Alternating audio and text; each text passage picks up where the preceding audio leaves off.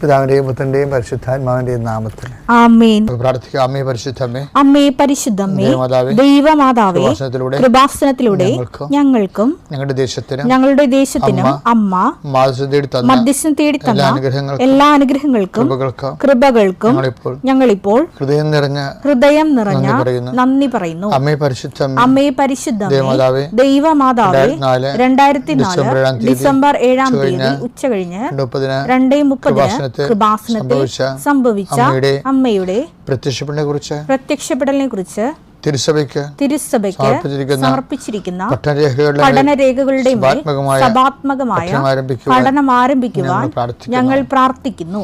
അമ്മേ പരിശുദ്ധമേ, ഭൂസ്വർലോകങ്ങളുടെ രാജ്ഞിയായ അങ്ങേയ്ക്ക് ഭൗമ സംരക്ഷണത്തിനായി പ്രപഞ്ച പ്രകൃതിയെ തന്നെ തിരുസഭ പ്രതിഷ്ഠിക്കുവാൻ ഈ പ്രത്യക്ഷീകരണം വഴി ഇടയാക്കണമേ. പരിശുദ്ധമ്മേ, ജപമാല മാതാവേ, സകല കൃപാസനം പ്രാർത്ഥനകളോടും ചേർത്ത് ഞങ്ങളിപ്പോൾ പ്രാർത്ഥിക്കുന്ന ഈ കുടുംബത്തിന്റെ പ്രത്യേക നിയോഗം. ഇന്നത്തെ നിയോഗം പറ മക്കളെ.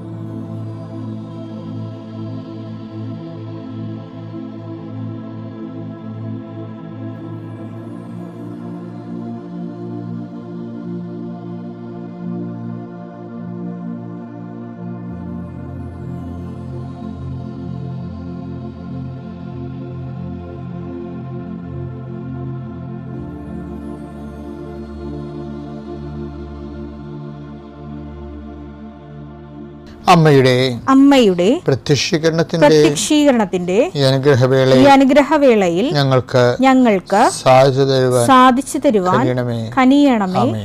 ആമേൻ. വിശ്വാസ പ്രമാണം. സർവശക്തനായ പിതാവും ആകാശത്തിന്റെയും ഭൂമിയുടെയും സൃഷ്ടാവുമായ ദൈവത്തിൽ ഞാൻ വിശ്വസിക്കുന്നു. അവിടുത്തെ ഏകപുത്രനും ഞങ്ങളുടെ കർത്താവുമായ ഈശോ മിശിഹായിലും ഞാൻ വിശ്വസിക്കുന്നു. ഈ പുത്രൻ പരിശുദ്ധാത്മാവിനാൽ ഗർഭസ്ഥനായി കന്യകാമറിയത്തിൽ നിന്ന് പിറന്ന് പൊന്തിയോസ് പീലാത്തോസിന്റെ കാലത്ത് പീഡകൾ സഹിച്ച് കുരിശിൽ തറയ്ക്കപ്പെട്ട് മരിച്ച് അടക്കപ്പെട്ട് പാതാളങ്ങളിൽ ഇറങ്ങി മരിച്ചവരുടെ ഇടയിൽ നിന്ന് 3-ാം നാൾ ഉയർത്ത് സ്വർഗത്തിലേക്ക് എഴുന്നള്ളി സർവശക്തിയുള്ള പിതാവായ ദൈവത്തിന്റെ വലതുഭാഗത്തിരിക്കുന്നു. അവിടെ നിന്ന് ജീവിക്കുന്നവരെയും മരിച്ചവരെയും വിധിക്കുവാൻ വരുമെന്നും ഞാൻ വിശ്വസിക്കുന്നു. പരിശുദ്ധാത്മാവിലും ഞാൻ വിശ്വസിക്കുന്നു. വിശുദ്ധ കത്തോലിക്കാ സഭയിലും പുണ്യവാന്മാരുടെ ഐക്യത്തിലും പാപങ്ങളുടെ മോചനത്തിലും ശരീരത്തിന്റെ ഉയർപ്പിലും നിത്യമായ ജീവിതത്തിലും ഞാൻ വിശ്വസിക്കുന്നു. ആമേൻ. സ്വർഗ്ഗസ്ഥനായ ഞങ്ങളുടെ പിതാവേ, അങ്ങയുടെ നാമം പൂജിതമാകണമേ. അങ്ങയുടെ രാജ്യം വരണമേ. അങ്ങയുടെ തിരുമനസ് സ്വർഗത്തിലെ പോലെ ഭൂമിയിലും ആകണമേ. അന്നു വേണ്ടുന്ന ആഹാരം ഇന്ന് ഞങ്ങൾക്ക് തരണമേ. ഞങ്ങളോട് തെറ്റ് ചെയ്യുന്നവരോട് ഞങ്ങൾ ക്ഷമിക്കുന്നത് പോലെ ഞങ്ങളുടെ തെറ്റുകൾ ഞങ്ങളോടും ക്ഷമിക്കണമേ. ഞങ്ങളെ പ്രലോഭനത്തിൽ ഉൾപ്പെടുത്തരുതേ, തിന്മയിൽ ഞങ്ങൾ രക്ഷിക്കണമേ. ആമേൻ. നന്മ നിറഞ്ഞ മറിയമേ, സ്വസ്തി. കർത്താവ് അങ്ങയുടെ കൂടെ സ്ത്രീകളിൽ അങ്ങ് അനുഗ്രഹിക്കപ്പെട്ടവളാകുന്നു. അങ്ങയുടെ ഉദരത്തിൻ ഫലമായി ഈശോ അനുഗ്രഹിക്കപ്പെട്ടവനാകുന്നു. പരിശുദ്ധ മറിയമേ, തമ്പുരാന്റെ അമ്മേ, പാപികളായ ഞങ്ങൾക്ക് വേണ്ടി ഇപ്പോഴും ഞങ്ങളുടെ മരണസമയത്തും തമ്പുരാനോട് അപേക്ഷിക്കണമേ. ആമേൻ. എൻ്റെ കർത്താവേ, നിന്റെ ഉന്നതമായ നാമത്തിന് സ്തോത്രം ചെയ്യുന്നു. എൻ്റെ കർത്താവേ, നിന്റെ വിശുദ്ധ പൗരോഹിത്യത്തെ മഹത്വപ്പെടുത്തണമേ. എൻ്റെ കർത്താവേ, സഭയിലുള്ള സാന്നിധ്യം പ്രകടമാക്കണമേ. 39 വർഷം ഞാൻ അർപ്പിച്ച കൃപാനയുടെ യോഗ്യതയാൽ കൃപാസനത്താരെ ജീവനോടെ പ്രത്യക്ഷപ്പെട്ട പരിശുദ്ധ അമ്മയുടെ മാധ്യസ്ഥത ഇപ്പോൾ പ്രാർത്ഥിക്കുന്ന മക്കളുടെ മേൽ കർത്താവിൻ്റെ സത്യവുകട്ടെ. ഇന്നത്തെ നിങ്ങളുടെ യാത്രാമേൽ കർത്താവിൻ്റെ കൃപ ചെയ്യട്ടെ. നിങ്ങളുടെ ചിന്തകൾ, നിങ്ങളുടെ വാക്ക്, നിങ്ങൾ മറ്റുള്ളവരോട് സംസാരിക്കുന്ന സംസാരങ്ങൾ, ഇടപാടുകൾ, ഇടപഴകലുകൾ, ചർച്ചകൾ, തീരുമാനങ്ങൾ കർത്താവ് അനുഗ്രഹിക്കട്ടെ. ജോലി സമ്പാദിക്കുന്നതിന് വേണ്ടി പോകുന്നവരെ, നമുക്ക് ലഭിക്കാനുള്ള പണം സമ്പാദിക്കുന്നതിന് വേണ്ടി ഉള്ള പരിശ്രമങ്ങൾ, മറ്റുള്ള കൈകളിൽ കുടുങ്ങിപ്പോയിട്ടുള്ള നമ്മുടെ അധ്വാന ഫലങ്ങൾ, മക്കളില്ലാത്തവർ, മക്കൾ രോഗികളായി കിടക്കുന്നവർ, അവരെല്ലാം ഈ സമയത്ത് അവരുടെ വിടുതലിന് വേണ്ടിയും സമാശ്വാസത്തിന് വേണ്ടിയും ദൈവിക ഇടപെടൽ അവരുടെ ജീവിത മണ്ഡലം ഉണ്ടാകുന്നതിന് വേണ്ടിയും 39 വർഷം ഞാൻ അർപ്പിച്ച കൃപാന്റെ യോഗ്യതയാൽ കൃപാസന അൾത്താരെ ജീവനുടെ പ്രത്യക്ഷയുടെ മാതാവിൻ്റെ മധ്യസ്ഥത്തിൽ അൾത്താരയിൽ നടന്ന 10,000-കണക്കിന് ആരാശക്തിയെ നിങ്ങളെ ആശീർവദിക്കുന്നു. നിങ്ങൾ ഇന്നത്തെ ദിവസം കർത്താവിൻ്റെ നാമം ശുഭകരമാകട്ടെ. നിങ്ങൾ പോയി ജോഷുവയോടും മോസസിനോടും പറഞ്ഞ ദൈവം, വിശേഷത്തിൻ്റെ അവസാനം വരെ പറഞ്ഞുകൊണ്ടിരിക്കുന്ന ദൈവം, ആവർത്തിച്ച് പറഞ്ഞുകൊണ്ടിരിക്കുന്ന ദൈവം, ഞാൻ നിനക്ക് മുമ്പേ എന്നെ ദൂതനെ വിടുന്നു എന്നതിനേക്കാളുപരി ഞാൻ തന്നെ നിൻ്റെ കൂടെ വരികയും നിനക്ക് മുമ്പേ പോവുകയും ചെയ്യും. കർത്താവ് ഇതിൻ്റെ സാന്നിധ്യം എല്ലായിടത്തും സന്ധിപ്പായി അനുഭവിക്കാൻ അങ്ങേ സ്വന്തം മക്കൾക്ക് കഴിയണമേ. പിതാപുത്രൻ പരിശുദ്ധാത്മാവായ സർവ്വീശ്വരെ നയിക്കുവാമേ. എൻ്റെ പ്രിയപ്പെട്ടവരെ, നമ്മൾ ആധ്യാത്മിക ജീവിതവും ദൈവ വളർച്ചയും, ദൈവ വളർച്ച എന്ന് പറയുന്നത് ദൈവത്തിൻ്റെ വളർച്ചയല്ല, നമ്മളിലുള്ള ദൈവത്തിൻ്റെ വളർച്ച. ദൈവത്തെക്കുറിച്ച് അറിയുകയും അറിയുന്നതനുസരിച്ച് നമ്മൾ ഇൻവെസ്റ്റ് ചെയ്യും, അവിടെ അവലംബം വെക്കും, ആശ്രയിക്കും. അതനുസരിച്ച് നമുക്ക് ഒരു ഔട്ട്കം കിട്ടും, റിസൾട്ട് കിട്ടും, ഒരു ബലം കിട്ടും നമുക്ക്. അങ്ങനെയാണ് നമ്മൾ ദൈവത്തിൽ വളരുന്നത്. ദൈവവിശ്വാസം കൃപാസനത്തിൻ്റെ ഒരു അപ്രോച്ച് രീതി അതാണ്. അതായത് നമ്മൾ ഒരു ഫോർമുല അപ്ലൈ ചെയ്തിട്ട് അതിൻ്റെ തനത് ഫലങ്ങൾ ക്രിയേറ്റ് ചെയ്യാൻ പറ്റുമെന്നുള്ള ഒരു ദൈവാനുഭവത്തിൽ നിന്നാണ് നമ്മുടെ ഉടമ്പടിയുടെ പല കാര്യങ്ങൾക്കും സൊല്യൂഷൻ ഉള്ളതായിട്ട് ആൾക്കാരെ സാക്ഷ്യപ്പെടുത്തുന്നത്. സൊല്യൂഷൻ വെച്ചാൽ പരിഹാരം ഉള്ളതായിട്ട്. ഇപ്പോൾ ഉദാഹരണത്തിന് റോമ 4:20 ദൈവത്തെ മഹത്വപ്പെടുത്തിക്കൊണ്ട് എന്ന് പറഞ്ഞ ഏറ്റവും ദൈവത്തെ മഹത്വപ്പെടുത്തിക്കൊണ്ട് അവൻ വിശ്വാസത്താൽ ശക്തി പ്രാപിച്ചു. ഇപ്പം വിശ്വാസത്തിൻ്റെ ഒരു രീതി എന്ന് പറയുന്നത് അവർ കേവലമായിട്ട് ഒരിക്കലും നിൽക്കത്തില്ല. വിശ്വാസം ഇങ്ങനെ എംപവർ ചെയ്തുകൊണ്ടിരിക്കുക, ശക്തി പ്രാപിക്കുക. അതുകൊണ്ടാണ് ഞാൻ എപ്പോഴും നിങ്ങളോട് പറയുന്നത് ഈ ക്രോണോളജിക്കൽ ഫെയ്ത്ത് എന്ന് പറയുന്ന ഒരു കോൺസെപ്റ്റിനെ കുറിച്ച്. ക്രോണോളജിക്കൽ ഫെയ്ത്ത് എന്ന് പറയുന്നത് നമുക്കിപ്പോൾ എത്ര വയസ്സുണ്ട്, ഇപ്പോൾ എനിക്ക് 65 വയസ്സായി. അപ്പോൾ ഈ 65 വയസ്സിൻ്റെ വിശ്വാസമാണ് ഇത് ലെവൽ ചെയ്ത് വേണ്ടത്. പക്ഷേ ജീവിതമായത് കാരണം നമുക്ക് 65 വയസ്സുകാരന് 70 വയസ്സിൻ്റെ വിശ്വാസം. എങ്ങനെ വിശ്വാസം എന്ന് പറഞ്ഞ കുതിര ജീവിതമാകുന്ന വണ്ടിയുടെ മുമ്പിലുണ്ടാകണം. വിശ്വാസമല്ലേ നമ്മൾ വലിച്ചുകൊണ്ട് പോണത്. അപ്പോൾ വണ്ടിയുടെ പുറകിലാണ് കുതിരയെങ്കിൽ എന്തു ചെയ്യും? കുതിരക്കും ഗുണമില്ല, വണ്ടിക്കും ഗുണമില്ല. അപ്പം അതുകൊണ്ട് തന്നെ എപ്പോഴും ഈ ക്രോണോളജിക്കൽ ഇയറിനെ കവർ ചെയ്ത് കയറി നിൽക്കണം വിശ്വാസ വർഷം എന്ന് പറയുന്നത്. ഫെയ്ത്ത് ഇയർ എന്ന് പറഞ്ഞ സംഭവമുണ്ട്. ഫെയ്ത്ത് ഇയർ എപ്പോഴും ഒരു വർക്കൗട്ട് ചെയ്യുമ്പോൾ നമ്മൾ ജിംനേഷ്യത്തിൽ നമ്മൾ വർക്കൗട്ട് എന്നാണ് പറയണത്. ആധ്യാത്മിക ജീവിതത്തിലും ഈ വർക്കൗട്ടുണ്ട്. വർക്കൗട്ട് ഇപ്പോൾ ഞാൻ ഇന്നലെ ഒരു വർക്കൗട്ട് പറഞ്ഞില്ലേ നിങ്ങളോട്, എന്ന് വെച്ച് കഴിഞ്ഞാൽ നിന്നെ ഞാൻ എല്ലാ ജനങ്ങളുടെ മുമ്പിൽ ഉന്നതനാക്കും എന്ന് പറയുന്ന ദൈവം ഉടനെ ചെയ്യണേ എന്താ? വെള്ളപ്പൊക്കത്തിൻ്റെ മുമ്പിൽ കൊണ്ട് നിർത്തുകയാണ് ജോഷുവാനെ, ഇല്ലേ? എന്നിട്ട് അത് സോൾവ് ചെയ്യാൻ പറയും. വെള്ളപ്പൊക്കത്തിലൂടെ ഗത്രു ചെയ്യാൻ പറയും.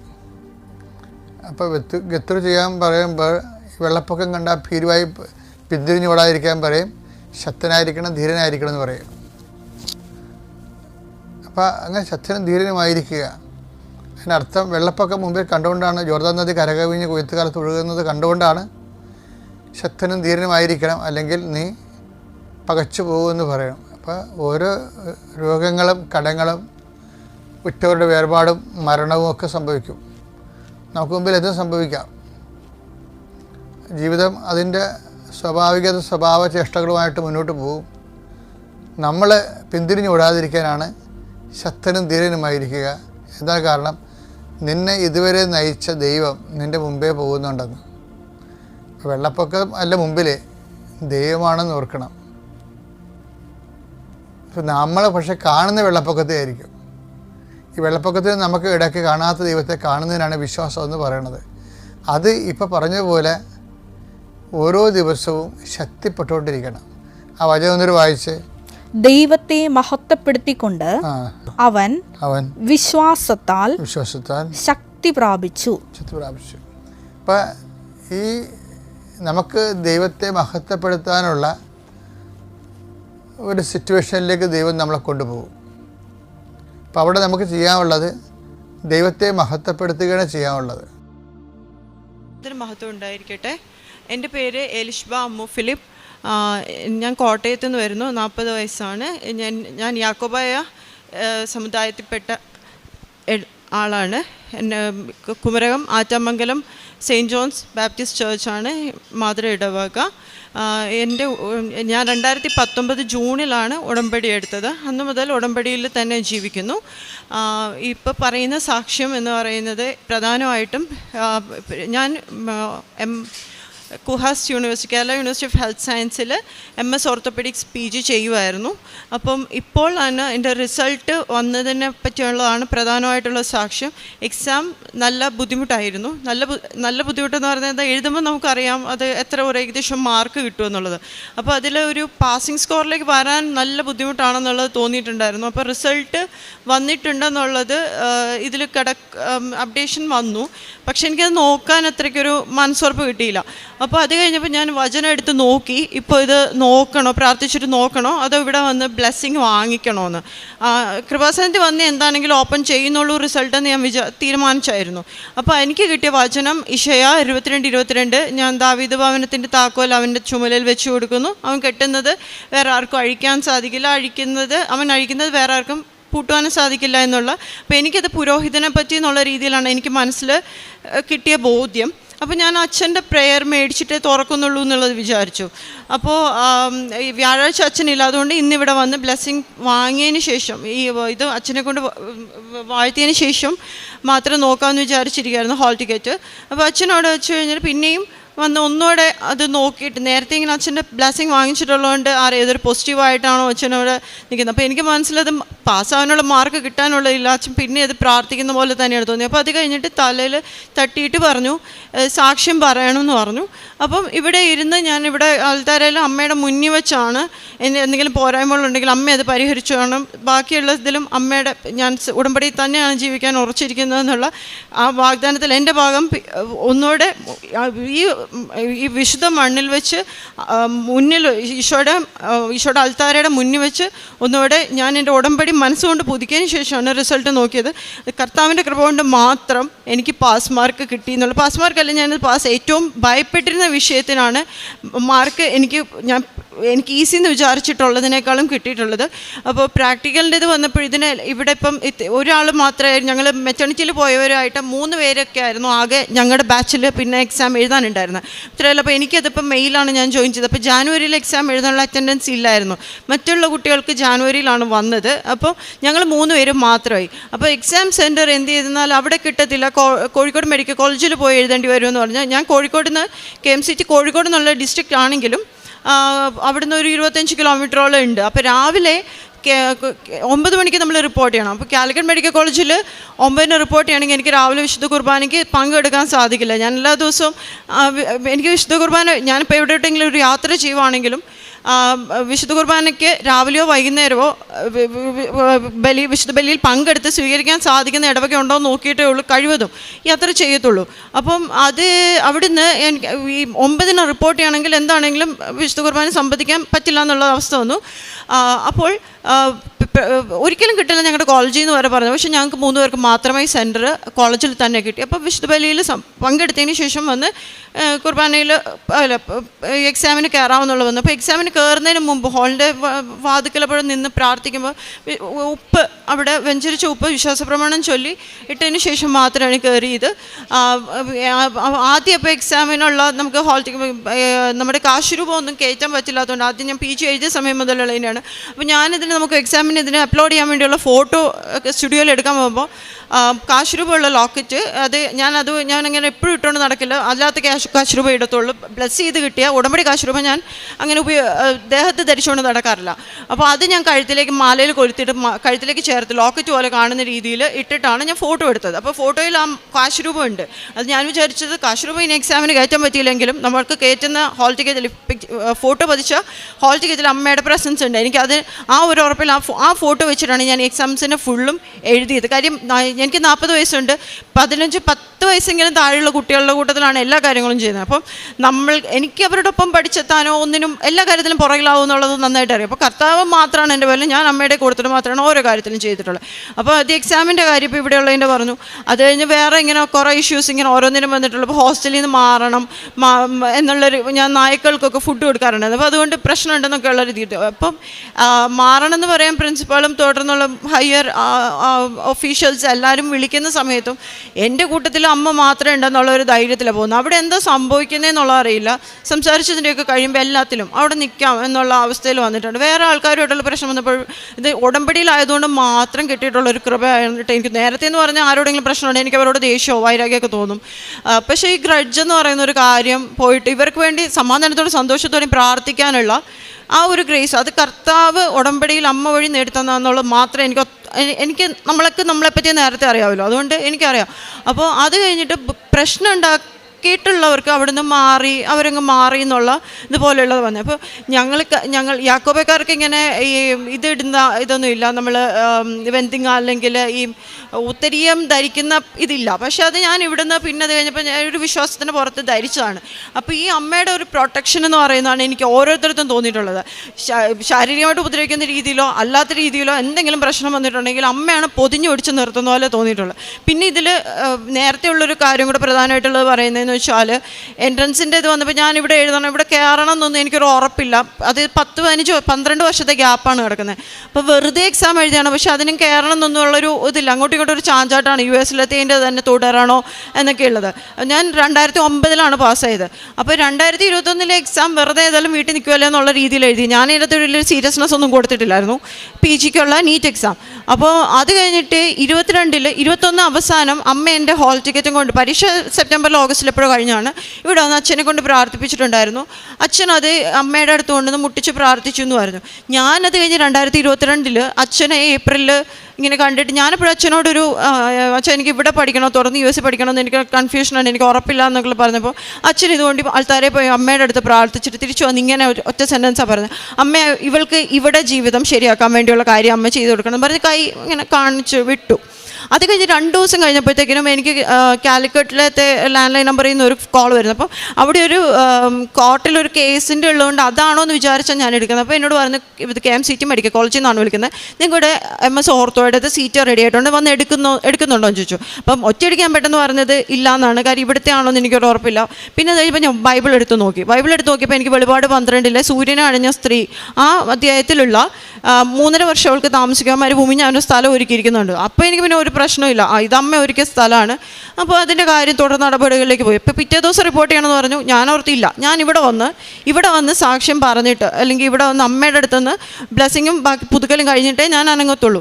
അപ്പം അത് കഴിഞ്ഞ് ഞാനൊന്നും നോക്കിയില്ല, ഇവിടെ വന്നു ഇതിന് ശേഷമാണ് ഞാൻ അവിടെ ജോയിൻ ചെയ്യുന്നുണ്ടെന്നുള്ളതിനെ പറഞ്ഞത്. പക്ഷേ എനിക്കറിയാൻ മനസ്സിലായിരുന്നു ആ ഡേറ്റ് നീട്ടിവെക്കും. പിന്നെ ബാങ്കിലേക്ക് പോയി ക്യാഷ് പെട്ടെന്ന് റെഡിയാക്കാൻ വേണ്ടിയുള്ള ഗോൾഡ് ലോണൊക്കെ വെക്കാൻ വേണ്ടി, അപ്പോഴും ഇപ്പോൾ പോകുന്നില്ല, ഇതൊക്കെ റെഡിയായിട്ട്. അപ്പം മനസ്സിലൊരു ഉറപ്പാണ് അമ്മ ഇരുന്നിട്ടാ ഇത് നീ എല്ലാം റെഡിയാക്കുമ്പോഴേ ഉള്ളൂ അവിടുത്തെ ലാസ്റ്റ് ഡേറ്റും യൂണിവേഴ്സിറ്റിയുടേത് ആകത്തുള്ളൂ. അങ്ങനെ വന്നു, അവിടെ ജോയിൻ ചെയ്തു. ഒത്തിരി പ്രശ്നങ്ങളുടെയൊക്കെ ഉണ്ടായിട്ടുണ്ട്. അപ്പോൾ പ്രസൻറ്റേഷനൊക്കെ വരുമ്പോൾ എനിക്ക് ഭയങ്കര ബുദ്ധിമുട്ടാണ്. ഇപ്പോൾ തന്നെ നിങ്ങളുടെ മുന്നിൽ എങ്ങനെ നിൽക്കുന്നതെന്ന് എനിക്കറിയില്ല. അപ്പോൾ ഞാൻ പ്രസൻറ്റേഷന് എനിക്കൊരു കുറച്ചെങ്കിലും ഞാനൊരു മനസ്സൊരുക്കത്തോടെയാണെങ്കിൽ ഞാൻ എനിക്ക് കയറുന്നതിന് മുമ്പ് അവിടെ വിശ്വാസ പ്രമാണം ചൊല്ലി ഉപ്പിട്ടിട്ട് പോകും. അപ്പോൾ അമ്മയോട് ഞാൻ പറയും, അമ്മ ഇവിടെ വന്ന് നിൽക്കണം. അപ്പോൾ നിൽക്കുമ്പോഴും പറയുമ്പോഴും പേടിയാണ്, എന്നാ പറയുന്നതെന്ന് പോലും എനിക്കൊരു അറിയത്തില്ലാത്ത രീതിയിലാണ് നമുക്ക് ഈ ടോപ്പിക് പ്രസൻറ്റേഷന് നിൽക്കുന്നത്. അപ്പോൾ ടോട്ടലി എൻ്റെ കയ്യിൽ നിന്ന് പോയിട്ടുള്ള പോലത്തെയുള്ള അതിൻ്റെ അല്ല, അത് ഈ പറയുന്നത് എന്താണെന്ന് എനിക്ക് വലിയൊരു ബോധമില്ലാതെ നിൽക്കുന്ന സമയത്തിൽ HOD അന്നുണ്ടായിരുന്ന ഉമർ പറൽ സാർ, അദ്ദേഹം മരിച്ചുപോയി. പക്ഷെ അദ്ദേഹം ഉണ്ടായിരുന്നപ്പോൾ സാറ് പതിഞ്ഞു വെച്ചാൽ സംസാരിക്കും. അപ്പോൾ സാറ് എല്ലാം പറഞ്ഞു, വെരി ഗുഡ് എന്ന്. അപ്പോൾ ഞാൻ ഞെട്ടിപ്പോയി, ഞാനത് എനിക്ക് തന്നെ എന്നറിയില്ല. പക്ഷേ അമ്മയെ ഏൽപ്പിച്ചിട്ട് പോയപ്പോൾ അങ്ങനെ സാറ് നല്ലതെന്ന് പറഞ്ഞിട്ടുള്ള ഇതുണ്ടായിട്ടുണ്ട് പ്രസൻറ്റേഷൻസ്. പിന്നെ ടോട്ടലി എനിക്കറിയത്തില്ല എന്നുള്ള രീതി എനിക്ക് ലാസ്റ്റാണ് മനസ്സിലാവും. ഞാൻ പ്രസൻറ്റ് ചെയ്യാൻ തയ്യാറാക്കിയിരിക്കുന്ന ടോപ്പിക്ക് പോലും വേറെയാണെന്ന് വിചാരിച്ചിട്ടുള്ളൂ. അപ്പോൾ അമ്മയും കൂട്ടി പോയി നിന്നിട്ടുള്ളപ്പോൾ ആരും അതിനെപ്പറ്റി ഈ പറയുന്നത്, ഞാൻ പറയുന്ന വേറെ ടോപ്പിക്കാണ്, വേറെ കാര്യമാണ്. പക്ഷെ അവരാരും അതിനെപ്പറ്റി ഒന്നും പറയാതെ എല്ലാവരും തലയാട്ടി കേട്ട് അനുകൂലമായിട്ട് നിൽക്കുകയാണ് ഉണ്ടായിട്ടുള്ളത്. അപ്പോൾ അതുപോലെ ആ സമയത്ത് സാറിക്ക് ചോദിച്ചിട്ടുള്ളപ്പോൾ അതിൻ്റെ ആൻസർ ഞാൻ പറഞ്ഞത് അവർ യെസ് എന്ന് പറഞ്ഞു. പക്ഷേ ആ ആൻസർ എൻ്റെ വായിൽ നിന്ന് എനിക്കറിയില്ലായിരുന്നു. ഇങ്ങനെ പ്രൈവറ്റ് ഡിക്റ്റേഷൻ എന്ന് പറയുന്ന പോലെ എന്തോ ഇതിങ്ങനെ പറഞ്ഞു. ഞാൻ തന്നെ ഇത് ഓരോ ഭാഗം പറയും, ഇതെന്താ ഞാൻ ഈ പറയുന്നത്, അതിന് പറഞ്ഞറിയിക്കാൻ പറ്റില്ല. അത് അനുഭവത്തിൽ കൂടെ കടന്നു പോയിട്ടുണ്ടെങ്കിലേ മനസ്സിലാവത്തുള്ളൂ. ആ ഒരു അങ്ങനെ ആൻസേഴ്സ് കിട്ടിയിട്ടുണ്ട്. അതായത് ഞാൻ അമ്മയുടെ കൂട്ടത്തിൽ ഇതൊരു നിന്നിട്ടുള്ള സമയങ്ങളിലെല്ലാം ആ ഒരു പ്രസൻസ് തോന്നിയിട്ടുണ്ട്. ഇട്ടിട്ട് പോരണം എന്നുള്ള രീതി ഒത്തിരി പ്രശ്നങ്ങൾ പോലെ എനിക്ക് തോന്നിയിട്ടുള്ള സമയത്ത് ഞാൻ മനസ്സുകൊണ്ട് ഒത്തിരി തളർന്നിട്ടുള്ളപ്പോഴത്തേക്കിനും എല്ലാം സുഗന്ധാഭിഷേകം അത് ഇവിടുത്തെ അമ്മയുടെ എന്നുള്ള ഒരു ഇതുപോലെ ആ മുല്ലപ്പൂവിൻ്റെ മണമെന്ന് പറഞ്ഞാൽ പറയാൻ പറ്റില്ല. നമ്മൾ ഒരു മുല്ലയുടെ ഒരു കാട് ഒന്നിച്ച് പൂത്ത് നിൽക്കുന്ന പോലെ എന്നുള്ള ഒരു രീതിയിലാണ്. അപ്പം ഭയങ്കര സ്വസ്ഥപ്പെട്ടിരുന്നിട്ട് ഒരു ഈസ്റ്റർ ഞങ്ങൾക്ക് കുരിശ് മുത്തുന്ന ഇതുണ്ട് ഉയർപ്പിന്. അപ്പോൾ കുന്തിരിക്കത്തിലാണ് ഈശോയെ അടക്കം ചെയ്യുന്നത്. അത് തുറക്കുമ്പോൾ കുന്തിരിക്കത്തിലാണേ വരത്തുള്ളൂ, നമ്മൾ മുത്തുവാണ് മാക്സിമം. പക്ഷേ എനിക്ക് അവിടെ ഇങ്ങനെ മുത്തി ഒരു അസ്വസ്ഥപ്പെട്ടിരുന്ന ഒരു വർഷത്തിൽ ഉടമ്പടിയിലായിരുന്നപ്പോൾ നല്ല ശക്തമായ കുടമുല്ലപ്പൂവിൻ്റെ മണമാണ് വന്നിട്ടുള്ളത്. ഉടമ്പടി നേർച്ച വസ്തുക്കൾ ഉപയോഗിച്ചിട്ട് അനേകം സൗഖ്യങ്ങൾ ഉണ്ടായിട്ടുണ്ട്. ഈവൻ രോഗികളുടെ ഒക്കെ പോലും അടുത്ത്. അതിപ്പോൾ ആൾക്കാരില്ലാത്തതുകൊണ്ട് നമുക്ക് പറയാൻ പറ്റത്തില്ല. എൻ്റെ വളർത്തു മൃഗങ്ങളുടേത് മരിച്ചു പോകുന്നൊക്കെ ഉള്ള പോലെ അവസ്ഥയിൽ നിന്നും രക്ഷപ്പെട്ട് വന്നിട്ടുള്ള പോലത്തെ ഒത്തിരി ഉണ്ട്.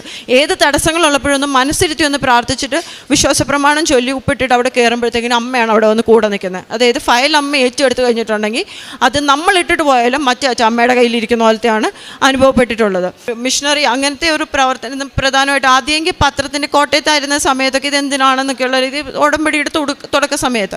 അപ്പം വേറെ ആൾക്കാരിൽ നിന്ന് നോക്കിയിട്ട് ഒത്തിരി ഒരു നെഗറ്റീവ് പോലെ തോന്നിയിട്ടുണ്ട്. അപ്പോൾ എനിക്കിത് ഉറപ്പാണോ എന്നുള്ള അറിയില്ല. പക്ഷെ അതിൻ്റെ ഒരു ഇത് കിട്ടിക്കഴിഞ്ഞപ്പോൾ ഇപ്പോൾ കോട്ടയത്ത് ഇവിടെ ആൾക്കാർ റിസീവ് ചെയ്യാൻ ഭയങ്കര ബുദ്ധിമുട്ടാണ്. ഇവിടെ എല്ലാവർക്കും ഒത്തിരിയും പത്രം കിട്ടാറുണ്ട്, ഇതുമായിട്ട് ഒത്തിരി അടുത്തിട്ടുള്ളതായതുകൊണ്ട്.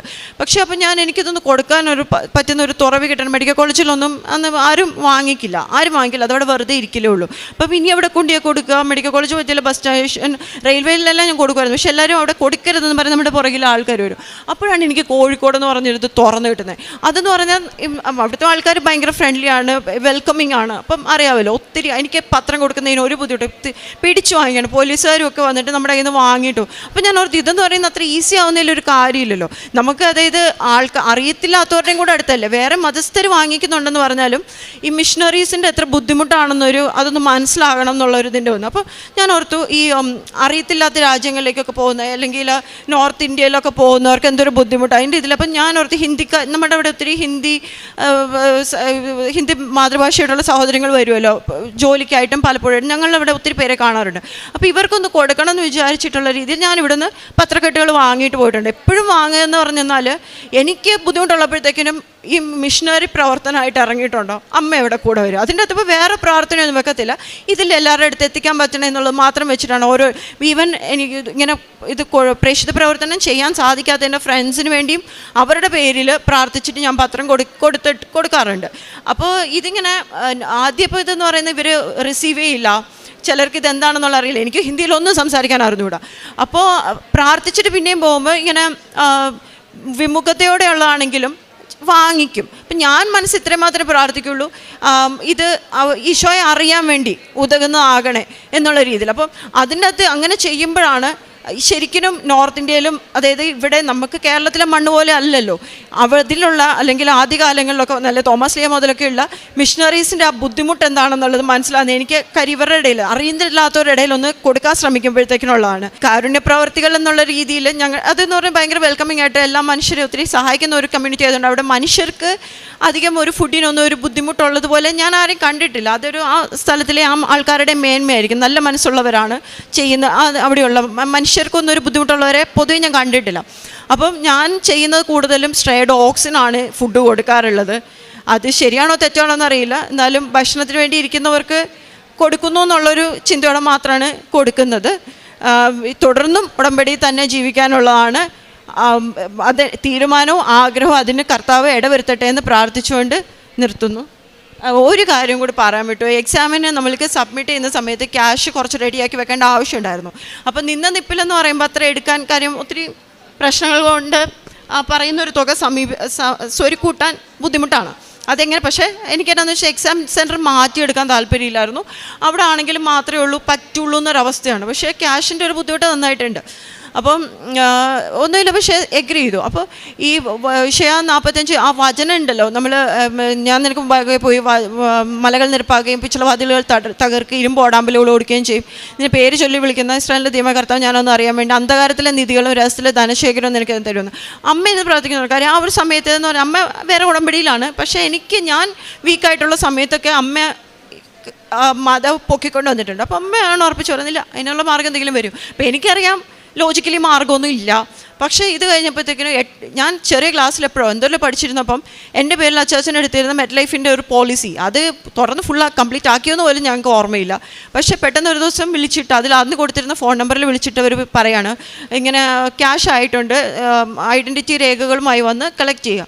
അപ്പോൾ അത് ഞാൻ വന്നു കളക്ട് ചെയ്യുന്ന സമയത്ത് ഞങ്ങൾക്ക് ആവശ്യമുണ്ടായിരുന്ന എത്രയാണോ അതിനേക്കാൾ കൂടുതലൊരു തുക, ആദ്യം എന്ന് പറഞ്ഞിരുന്ന ഒരു തുക ആണ് അമ്മ ഇവിടെ കരുതി വെച്ചിരുന്നത്. പിന്നെ അത് കോളേജിൽ നിന്ന് ഉള്ള സമയത്ത് അതിനേക്കാളും തുക കുറയ്ക്കുകയാണ് ഉണ്ടായത്. അപ്പോൾ ബാക്കി മാസത്തിലുള്ള എനിക്ക് വേറെ ഉള്ള ചിലവുകളും എല്ലാം കരുതാൻ വേണ്ടി എന്നുള്ള രീതിയിൽ അതാക്കി കരുതി അത് വെച്ചിരുന്നു. അപ്പം പിന്നെ അതുപോലെ ലാസ്റ്റ് എൻ്റെ എക്സ്റ്റൻഷൻ കഴിഞ്ഞിട്ട് കുറച്ച് ദിവസം കൂടെ കഴിഞ്ഞിട്ടായിരുന്നു എക്സാം വരുന്നത്. അപ്പോൾ ഹോസ്റ്റൽ വെക്കേറ്റ് ചെയ്യണമെന്നുള്ളത് പറഞ്ഞു. അപ്പോൾ എനിക്ക് മൊത്തത്തിൽ ഈ എക്സാമിന് തൊട്ട് മുമ്പ് എല്ലാ സാധനങ്ങളും, അതായത് 3-4 വർഷമായിട്ടൊരു വീട് പോലെ ജീവിക്കുക, എല്ലാമായിട്ട് എനിക്ക് ഷിഫ്റ്റ് ചെയ്യാൻ ആരുമില്ല. എനിക്ക് ഒരു രീതിയിൽ അത്രയ്ക്ക് സ്ട്രെസ് അനുഭവിച്ച ഒരു സമയം. എല്ലാ ദിവസവും ഇവർ വിളിച്ചിട്ട് മാറണം എന്ന് പറഞ്ഞുകൊണ്ടിരിക്കുകയാണ്. അവസാനം ഞാനത് അമ്മ ഏൽപ്പിച്ചു. ഇവിടെ വന്ന് ബ്ലെസ്സിങ് പ്രെയറും അത് എഴുതിയിട്ടുള്ളത് വാങ്ങിച്ചിട്ടുണ്ടായിരുന്നു. പക്ഷേ അവർ പിന്നെ സ്ട്രെസ് ചെയ്തുകൊണ്ടിരുന്നപ്പോൾ ഒരു ദിവസം എൻ്റെ റൂംമേറ്റായിട്ട് വേറെ കുട്ടിയുണ്ട്. അവളുടെ അവിടെ താമസിക്കുന്നില്ലായിരുന്നു, അവൾക്ക് ഫാമിലി ഉള്ളതുകൊണ്ട് അവൾ പുറത്ത് നിൽക്കുക, കുഞ്ഞുള്ളതുകൊണ്ട്. അപ്പോൾ ഇവളെ വിളിച്ചിട്ട് പറഞ്ഞു നമുക്ക് പഠിക്കാൻ വേണ്ടി അങ്ങോട്ട് ആ റൂമിൽ വരണം. അപ്പോൾ അങ്ങനെ ഒരാളില്ല, എനിക്ക് റൂംമേറ്റ് ഇല്ലാത്തതുകൊണ്ട് ഞാൻ ഒഴിയണമെന്ന് പറഞ്ഞുകൊണ്ടിരുന്നായിരുന്നു. അപ്പോൾ എനിക്ക് സമാധാനത്തിനുള്ള മാർഗ്ഗം കർത്താവ് തുറന്നു തന്നെ. ആ കുട്ടി അവിടെ റൂംമേറ്റ് ആയിട്ടുണ്ടെങ്കിൽ അവൾ തന്നെ കോളേജിൽ കോൺടാക്ട് ചെയ്യുകയും ചെയ്തു. അപ്പോൾ ആ കുട്ടി അവിടെ റൂംമേറ്റ് ആയിട്ടുള്ളപ്പോൾ എനിക്ക് മാറേണ്ട എക്സാം വരെ ഒന്ന് നിൽക്കാം, അവളുടെ ഇതിൽ നിൽക്കാം, വേറൊരാളങ്ങോട്ട് വരില്ല. എനിക്ക് പെട്ടെന്ന് ഷിഫ്റ്റ് ചെയ്യേണ്ടി വന്നില്ല. ആ അവസ്ഥയിൽ അങ്ങനെ ഇതിൻ്റെ വന്നു. തീസിസ് സബ്മിറ്റ് ചെയ്യുന്ന സമയത്തിന് ഒരാൾ ഹെൽപ്പ് ചെയ്യുന്നില്ലായിരുന്നു ഒത്തിരി ഇതിൻ്റെ കൊണ്ട്. മാത്രമല്ല അവർ ചിലപ്പോൾ എനിക്ക് പറഞ്ഞു തരാൻ ശ്രമിക്കുമ്പോൾ എനിക്കത് മനസ്സിലാവുന്നില്ല, ഞാൻ സ്ലോ ആണ് പിക്ക് ചെയ്യാൻ വേണ്ടി. അപ്പം ഞാനിങ്ങനെ പിന്നെ ചോദിച്ചുകൊണ്ടിരുന്നപ്പോൾ അവരിങ്ങനെ പറഞ്ഞു ഞാൻ എൻ്റെ സ്ക്രീനിൻ്റെ പകുതിയിൽ യൂക്കാരിസ്റ്റ് അഡറേഷൻ, അതായത് നിത്യാരാധന തുറന്നു വെച്ചിട്ടാണ് ഈശോയുടെ ഒരു പ്രസൻസ് ചെയ്യുന്നതാണ് പഠിക്കാനുള്ളതെല്ലാം ചെയ്യുന്നത്. അപ്പോൾ ഈ കുട്ടി ഇങ്ങനെ വന്നിട്ട് എൻ്റെ കൂട്ടത്തിലുള്ളൊരു കോപ്പി കാത്തലിക്കാണ്. അപ്പോൾ അവൻ വന്നിട്ട് പറഞ്ഞു എന്നാൽ പിന്നെ കർത്താവ് അങ്ങ് ചെയ്തു തന്നോളൂ. ഞാൻ ഇത് പറഞ്ഞ് എനിക്ക് മനസ്സിലായി, അവിടെ നിന്ന് ആരും പറഞ്ഞില്ല. അപ്പോൾ കർത്താവ് മാത്രമല്ല, ഞാനങ്ങ് കരയുന്ന അവസ്ഥയിൽ പെട്ടെന്ന്. പക്ഷേ എൻ്റെ അനിയത്തി, അവൾ ഓൾറെഡി PG കഴിഞ്ഞായിരുന്നു, അവളെ ഇങ്ങനെ വിളിക്കാൻ തോന്നി. അപ്പോൾ അവൾ പറഞ്ഞു ചേച്ചി ഇതെല്ലാം അയച്ചു നിൽക്കുക, ഞാനത് റെഡിയാക്കി തരാം. അവൾ ഇതെല്ലാം റെഡിയാക്കി എനിക്ക് ബാക്കിയാക്കി തന്നു. അപ്പോൾ അതുപോലെ അന്ന് എൻ്റെ പോലും അല്ലാത്തൊരു ഇൻറ്റേൺ നേരത്തെ കഴിഞ്ഞിട്ട് പോയാണ്. ആ കുട്ടി ഇങ്ങനെ വെറുതെ വന്ന് ചോദിച്ചിട്ട് അപ്പോൾ ഇങ്ങനെ ഒരു കാര്യം പറയുമ്പോൾ അവൾ പറഞ്ഞു ബാക്കി ഞാൻ ചെയ്തു തരാമെന്ന് പറഞ്ഞു. പക്ഷേ അവളുടെ സഹായം എടുക്കേണ്ടി വന്നില്ല. ഇതുപോലെ ഇപ്പോഴത്തെ കർത്താവ് ഇരുന്ന് കർത്താവ് ചെയ്തു തരുമെന്ന് പറഞ്ഞ പോലെ എൻ്റെ കാര്യങ്ങളെല്ലാം കർത്താവ് ചെയ്തു തന്നു. വേറെ എക്സാം ബയോസ്റ്റാറ്റിക്സിൻ്റെ ഇങ്ങനെ PGയുടെ ആ 3 വർഷങ്ങളെന്ന് പറയുമ്പം തുടരെ ഇങ്ങനെ കടമ്പകൾ മാത്രമാണ്. പക്ഷെ അതിലെല്ലാം കൂടെ ഇരുന്നിട്ടുണ്ട്. ബയോസ്റ്റാറ്റിൻ്റെ എക്സാമിന് ഇരിക്കുമ്പോൾ ഞാൻ അവസാനം അമ്മയോട് പറഞ്ഞു അമ്മ ഇതിൻ്റെ അപ്പുറം എനിക്ക് പഠിക്കാൻ പറ്റില്ല, ഇതിനെ ഇത് പാസ്സാക്കിയിട്ടേ പറ്റുള്ളൂ, എനിക്ക് നിവൃത്തിയില്ല, എനിക്കിത് കൂടുതൽ പഠിക്കാൻ പറ്റുന്ന ഒരവസ്ഥയിലല്ല ഞാൻ നിൽക്കുന്നത്. പക്ഷേ അതിൽ എല്ലാ ഇതിനും കൂടെ ഇരുന്ന് ഇതെങ്ങനെയാണെന്നുള്ളത് പറയാൻ പറ്റില്ല. അതുപോലെ തെറ്റാണെന്നൊക്കെ ഓരോന്നിനും നമുക്ക് ഈ ഉടമ്പടി എന്ന് പറഞ്ഞാൽ നമ്മുടെ കൂട്ടത്തിലുള്ള ഓരോ കാര്യത്തിലും കൂട്ടത്തിലുള്ളൊരു സാന്നിധ്യമാണ്. ഇങ്ങനെ ഇപ്പം ഉടമ്പടി ഉപ്പിൻ്റെ ഇത് മിക്സ് ചെയ്താണ് പറയുന്നത്. പക്ഷേ ക്ഷമിക്കണം, ഞാൻ വെള്ളം കയറുമ്പോൾ ഞങ്ങൾക്ക് ഇവിടെ മീൻ കൃഷി ഉണ്ടായിരുന്നു. അപ്പം മീനുകളെല്ലാം പോയി. പക്ഷേ അന്നേരം വിശ്വാസ പ്രമാണം ചൊല്ലി ഈ ഉപ്പ് അവിടെ ഇട്ടപ്പോഴത്തേക്കിനും 2-3 ദിവസം കഴിഞ്ഞ് മട പോയി ഇങ്ങനെ പുറത്തേക്ക് ആറ്റിലേക്ക് പോയ മീൻ അവിടേക്ക് തിരിച്ചു വന്നു. ഇങ്ങനെ ഒത്തിരി കാര്യങ്ങൾ എന്ന് പറഞ്ഞാൽ അതൊരു നമുക്ക് ആലോചിക്കുമ്പോഴത്തേക്കിനും ഇങ്ങനെ ശരിക്കും കർത്താവ് കൂടെ നടക്കുന്നു എന്നുള്ള പോലത്തെ ഇതാണ്. ഞങ്ങളുടെ നോയമ്പിൻ്റെ പ്രയറിൽ ഉച്ചയ്ക്ക് ഇങ്ങനെ ഒരു ഇത് പറയും, ഈശോ ഭരണവനും നോമ്പാൽ ഉപവാസത്താലും സൂര്യനെയും ചന്ദ്രനെ വിലക്കി ടൈം അവിടെ സ്റ്റോപ്പ് ചെയ്തു തന്നു. അമ്മ ടൈം ധൃതിയിലാക്കേണ്ടപ്പം അതായത് 2021 ബാച്ചിലാണ് ഞാൻ 2022 കയറിയത്. അങ്ങനത്തെ ഷോർട്ടനിങ് ഉണ്ടായിട്ടുണ്ട്. നിർത്തി വെക്കേണ്ടേ ഞാൻ റെഡിയാകുന്ന വരത്തേക്കിനും തീസിസിൻ്റെ ഓരോന്നിൻ്റെ വർക്ക് ഇങ്ങനെ ഓരോന്നും അവിടെ ഹോൾട്ട് ചെയ്ത് നിർത്തിയിട്ടുമുണ്ട്, ഞാനും കൂടെ റെഡിയാവുന്നവരെ. അങ്ങനെ ഈ ഒരു ബാക്കി എല്ലാത്തിനേക്കാളും ഉപരിയായിട്ട് ഈശോയുടെയും അമ്മയുടെ ഒരു പ്രസൻസ് ആണ് വിലമതിക്കുന്നത്. അതിൽ തന്നെ തുടരാനാവണേ എന്നുള്ള പ്രാർത്ഥനയോടെ നിർത്തുന്നു. ദൈവത്തിന് ജെറമ്യാ 33:3 എന്നെ വിളിക്കുക, ഞാൻ മറുപടി നൽകും. നിൻ്റെ ബുദ്ധിക്ക് അതീതമായ മഹത്വവും നിഗൂഢമായ കാര്യങ്ങളും ഞാൻ നിനക്ക് വെളിപ്പെടുത്തും. യേശുവിൽ പ്രിയമുള്ളവരെ, ഡോക്ടർ എൽസമ്മ അമ്മു കോട്ടയത്തിൻ്റെ സാക്ഷ്യം നമ്മോട് പറഞ്ഞത്, ഉടമ്പടി ജീവിതത്തിൽ നിങ്ങൾ ഏത് കാര്യം പരിശുദ്ധ അമ്മയിൽ സമർപ്പിക്കുന്നുവോ അതമ്മ ഉടനടി സാധിച്ചു തരും. ടൈം ഷോർട്ടണി, സമയം നോക്കാതെ ചുരുക്കി തരുന്നതാണെന്ന് ഈ മോള് നമ്മോട് പറയുക. ഏത് മേഖലയിൽ ചെന്നാലും, പരീക്ഷ മേഖലയിൽ ചെന്നാലും, എവിടെ എത്തിയാലും പരിശുദ്ധമ്മ ഉടമ്പടി എടുത്ത ആൾക്കാരെ ഒരിക്കലും കൈവിടില്ലെന്നാണ് ഈ മോള് നമ്മോട് പറയുന്നത്. അവളുടെ പരീക്ഷയുടെ സമയത്ത് ഇവിടെ വന്ന് അച്ഛനെ കണ്ട് ബ്ലെസ്സിങ് വാങ്ങി. അച്ഛൻ പറഞ്ഞു, ധൈര്യമായി പൊയ്ക്കൊള്ളൂ, നിങ്ങൾ സാക്ഷ്യം പറയണമെന്ന്.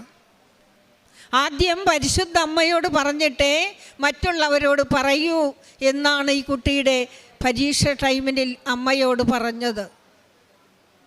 അമ്മ അതെല്ലാം അതേപടി സാധിച്ചു ഈശോ വഴി. എല്ലാ കാര്യങ്ങളും ഈശോയോടാ പറയുന്നത്. അമ്മ മാതാവ് ചെന്ന് ഈ മോൾ അമ്മയോട് പറയും, അമ്മ ഈശോയോട് പറയും. അത് ദിവ്യബലിയിൽ പങ്കെടുത്തതിന് ശേഷമേ എന്ത് കാര്യവും തുടങ്ങാറുള്ളെന്ന്. ദിവ്യബലിയുടെ ശക്തി ശേഖരിച്ചുകൊണ്ട് അമ്മ വഴി ഈശോട് കൊടുക്കുന്ന കാര്യം ഒരിക്കലും അമ്മ നഷ്ടപ്പെടുത്തുകയില്ലെന്ന് ഈ മോള് നമ്മോട് പറയുകയാണ്. അതേതെല്ലാം സാമ്പത്തിക മേഖല വന്നപ്പോഴും അമ്മയെ ഏൽപ്പിച്ചിരിക്കുന്നതാ. അതൊരിക്കലും നഷ്ടപ്പെടുകയില്ല. അത് പുതിയ വീഞ്ഞാക്കി മാറ്റും, സ്വാദുള്ള വീഞ്ഞാക്കി മാറ്റുമെന്ന് ഈ മോൾക്ക് നല്ല ധൈര്യമാണ്. അമ്മയുടെ കൊടുത്തത് അമ്മ ഒരിക്കലും നഷ്ടപ്പെടുത്തുകയില്ലെന്ന് ഈ മകൾ വഴി നമ്മോട് പറഞ്ഞു തരികയാണ്. അവൾക്ക് പരിശുദ്ധ അമ്മ വഴി ഈശോ കൊടുത്ത വൻ കൃപയ്ക്ക് നമുക്ക് കരങ്ങളടിച്ച്